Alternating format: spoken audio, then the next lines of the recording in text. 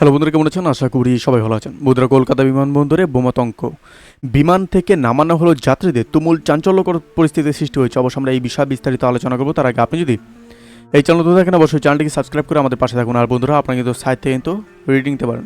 বন্ধুরা, শুক্রবার সকালে দিল্লি বিমানবন্দরে একটি মর্মান্তিক দুর্ঘটনা ঘটেছে। সেই ঘটনার রেশ কাটতে না কাটতেই এবার কলকাতা বিমানবন্দরে বোমাতঙ্কের খবর সামনে এলো। সূত্র মারফত জানা যাচ্ছে, এদিন কলকাতা থেকে পুনেগামী এয়ার এশিয়া I-5319 বিমানে বোমাতঙ্ক ছড়ায়।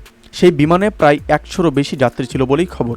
বোমাতঙ্কের খবর ছড়াতেই সকল যাত্রীকে তড়িঘড়ি বিমান থেকে নামিয়ে আনা হয়। ইতিমধ্যেই এই ঘটনার তদন্ত শুরু করেছে বিমানবন্দর কর্তৃপক্ষ এবং CISF। ওই বিমানটিকে রানওয়ে থেকে সরিয়ে নিয়ে যাওয়া হয়েছে বলেও খবর। এদিকে বিমানবন্দরে বোমাতঙ্কের খবর পাওয়া মাত্রই ঘটনাস্থলে চলে আসে বম্ব স্কোয়াড। যে বিমানে বোমাতঙ্ক ছড়িয়েছে তার কোনো অংশে কোনো বিস্ফোরক রয়েছে কিনা সেটা তারা খতিয়ে দেখছেন। বিমানবন্দর সূত্রে জানা যাচ্ছে, ইতিমধ্যেই এই ঘটনায় একজন সন্দেহভাজনকে আটক করা হয়েছে। জানা যাচ্ছে যে আজ সকালে কলকাতা থেকে পুনের উদ্দেশ্যে রওনা দেওয়ার জন্য তৈরি হচ্ছিল ওই বিমানটি। রওনা দেওয়ার কিছুক্ষণ আগে জানা যায় ওই ফ্লাইটের ভেতর নাকি বোমা রয়েছে। সঙ্গে সঙ্গে সকল যাত্রীকে বিমান থেকে নামিয়ে আনা হয়। ঘটনাস্থলে হাজির হয় CISF এবং বম্ব স্কোয়াড। তদন্তে নেমেছে বিমানবন্দর কর্তৃপক্ষ।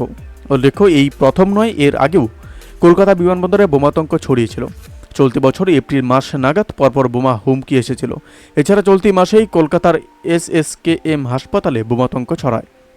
ইমেল মারফত বোমা রাখার হুমকি দেওয়া হয়েছিল বলেও জানা যায়। হাসপাতাল একাডেমিক ভবনে বোমা রয়েছে বলেও হুমকি দেওয়া হয়। এই হাসপাতালের পাশাপাশি রাজ্যের আরও বেশ কিছু শিক্ষা প্রতিষ্ঠানে বোমা রাখার হুমকি দিয়ে মেল এসেছিল বলে পুলিশ সূত্রে জানা যায়, যদিও সেখানে কোনো বোমা পাওয়া যায়নি। বন্ধুরা, এই আপডেট প্রসঙ্গে আপনাদের কি মতামত অবশ্যই আমাদের কমেন্ট করে জানাতে বলবেন না। ভালো থাকবেন, সুস্থ থাকবেন, ধন্যবাদ। দেখা হচ্ছে নতুন একটি ভিডিওতে। আপনি কোথা থেকে দেখছেন এই ভিডিওকে অবশ্যই আমাদের কমেন্ট করে জানাতে বলবেন না।